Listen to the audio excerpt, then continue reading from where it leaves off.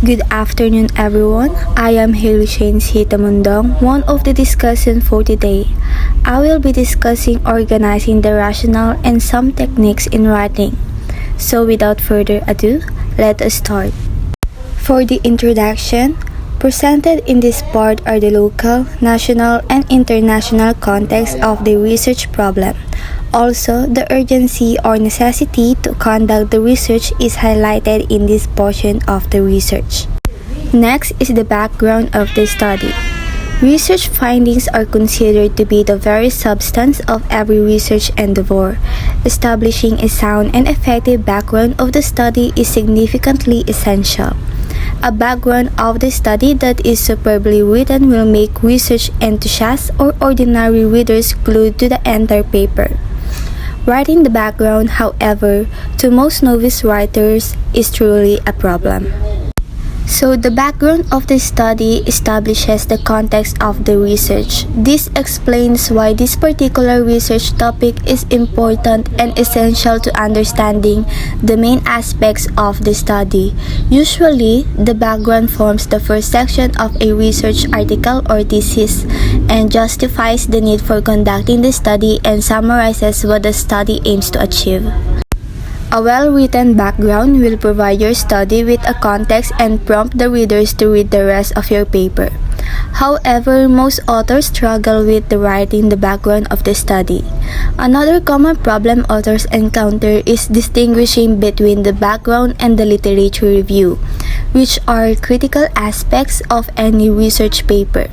The two terms are often used interchangeably, however, they have clearly defined roles. For additional information, the literature review section should follow the background section as the second section of your manuscript or thesis. This section basically supports the background section by providing evidence for the proposed hypothesis. This section should be more comprehensive and thoroughly describe all the studies that you have mentioned in the background section. It should also elaborate on all studies that form evidence for the present study and discuss the current trends. So to ease these problems, the following are some basic and simple suggestions in instructing the background of the study. First, we have the personal stance with literature. The first paragraph of this section must reflect the personal stance of the researcher on the issue. However, this stance must be supported by the author's point of view. So, personal stance can be defined as the attitude that the writer has towards the topic of his or her message.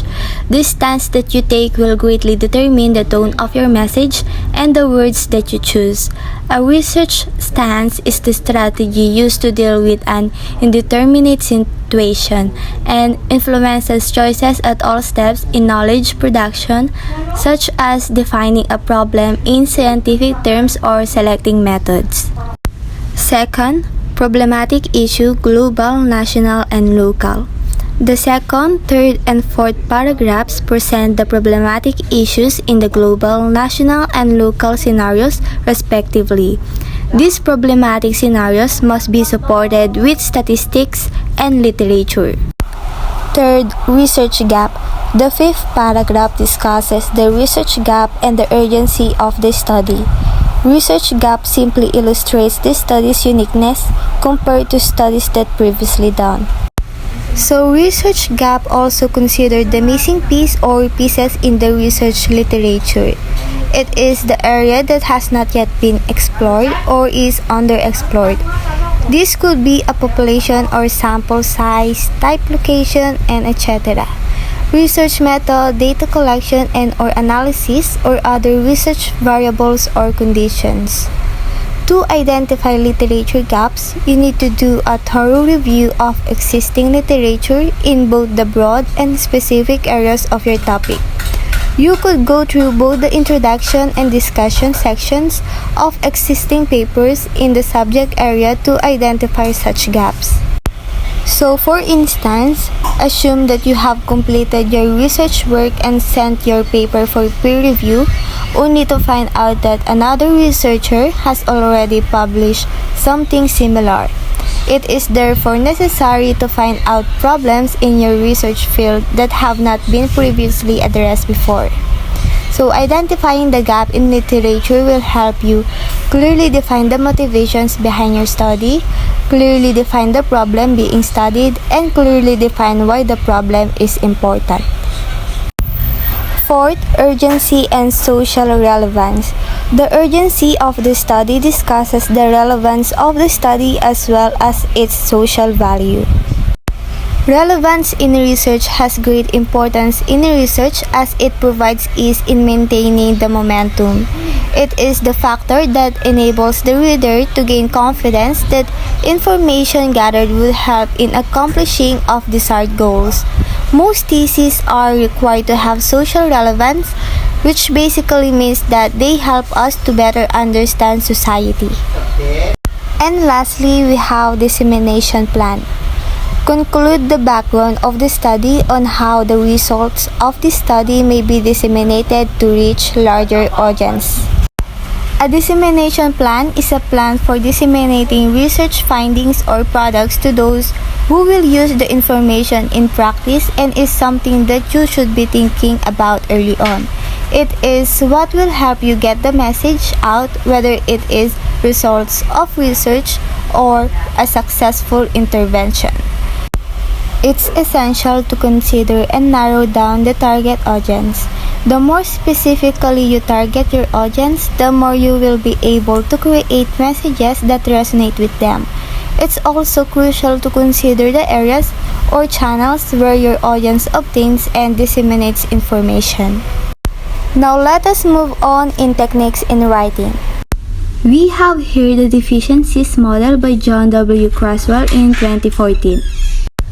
Cresswell outlines the role of each paragraph in a deficiency model for an introduction. Note that you can use the deficiency model for either quantitative or qualitative or mixed methods research introductions. So the deficiency model involves 5 sections, each of which can be represented with its own paragraph. First, establishing the problem leading to the study. Second, reviewing the literature about the problem. Third, identifying deficiencies in the literature about the problem. Fourth, targeting an audience and noting the significance of the problem for this audience. And fifth, identifying the purpose of the proposed study. Now let us discuss the first, which is introduce research problem. The first paragraph or section introduces the research problem. Make sure you reveal the difficulties faced by your research participants or organizations that you aim to help solve. So the first part of an introduction has 2 main functions. First, it limits the research area and disciplinary approach to the issue. On the other hand, it states a particular problem and its relevance. A problem might be understood as the difference between the current state of affairs and the desired one. The actual research begins with the formulation of a research problem. It makes you well aware of the tasks that you have to perform in order to accomplish the research. A research problem helps you formulate that sequence. It also helps you avoid unnecessary steps during the research.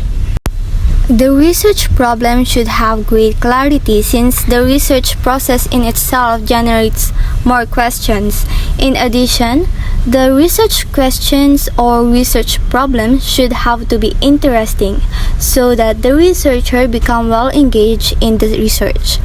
So the purpose of a problem statement is to introduce the reader to the importance of the topic being studied, so that the reader is oriented to the significance of the study.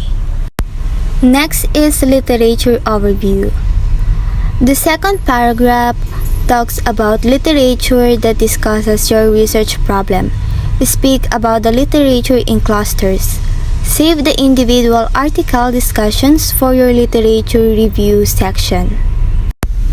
The second part of an introduction sums up the most important findings regarding the problem of the article. This part presents the current controversies around the studied issue. The literature review has 3 main purposes. First, it positions the research project within a certain scientific tradition. On the other hand, it strengthens the ethos of the researcher by exhibiting his or her knowledge about the field. And finally, and most importantly, this part establishes the course of the research as the continuation of a discussion among the members of a discursive community. A literature review is an overview of the topic, an explanation of how publications differ from one another, and an examination of how each publication contributes to the discussion and understanding of the topic. Third, literature deficiencies. The third paragraph talks about the deficiencies of the literature that address your problem. In the third part, you should show that there is a gap in the current literature that needs to be filled up. In other words, in this part, you establish that the knowledge of the discipline is incomplete and therefore it needs to be completed. These questions can pinpoint deficiencies. First question, were there only a few studies involving your particular research participants?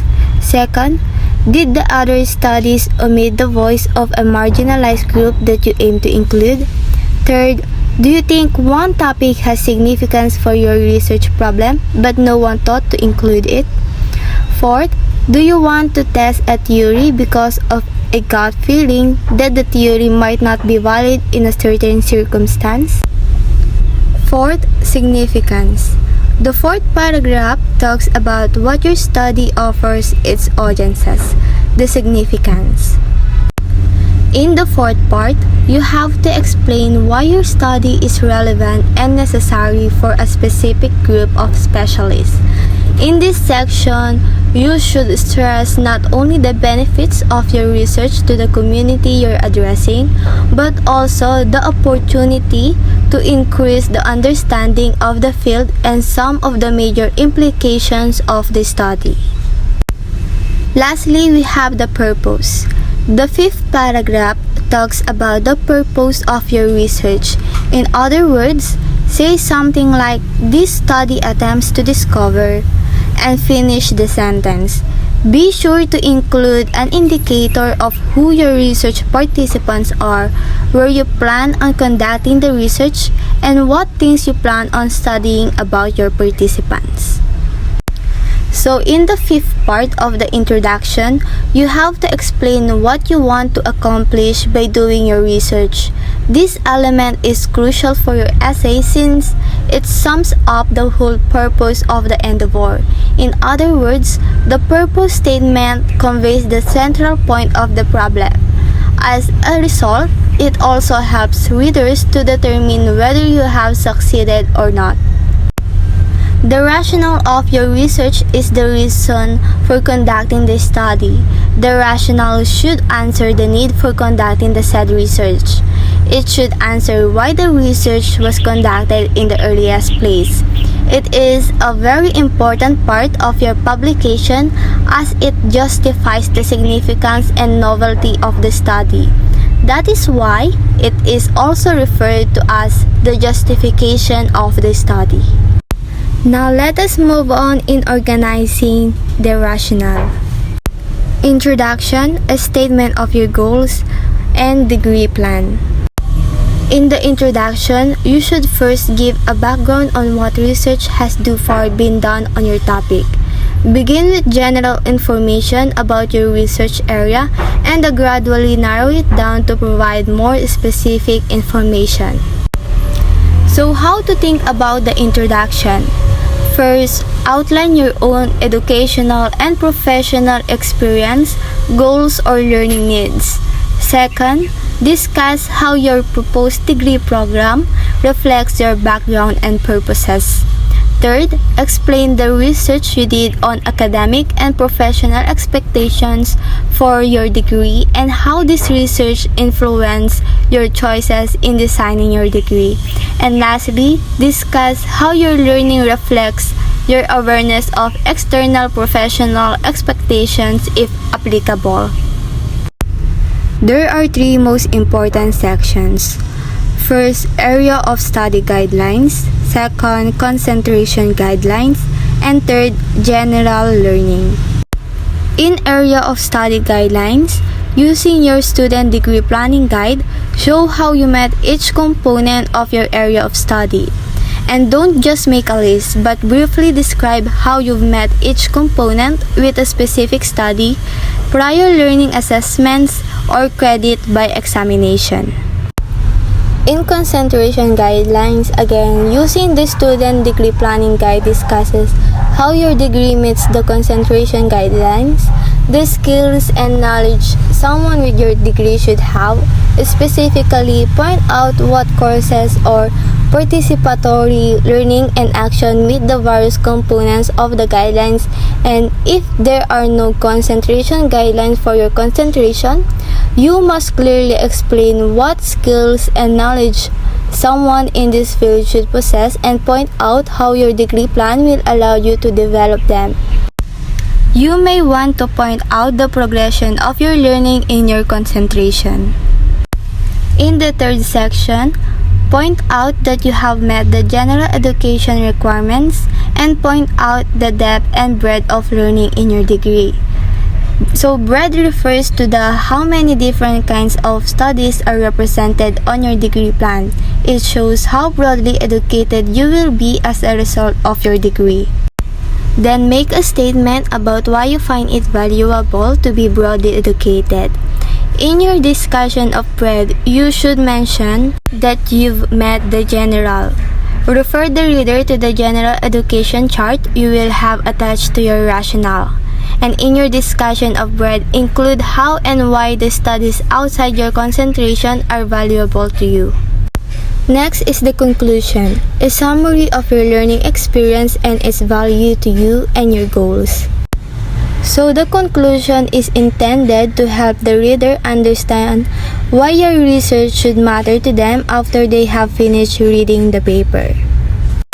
So how to think about the conclusion? First, provide concluding remarks and include how you plan to use this degree in the future. Next is the inverted pyramid. This is the easiest type of introduction. The inverted pyramid starts from a broad theme and then gradually narrows it down to focus on a particular problem. The starting theme should not be too broad or too far from the destination topic. The inverted pyramid usually has a three-tier structure. The first level is the most general. The second one connects the general topic with a smaller set of cases. And the third level situates the problem in the context of the paper's discussion. That's it for our discussion. Thank you for listening and have a great day.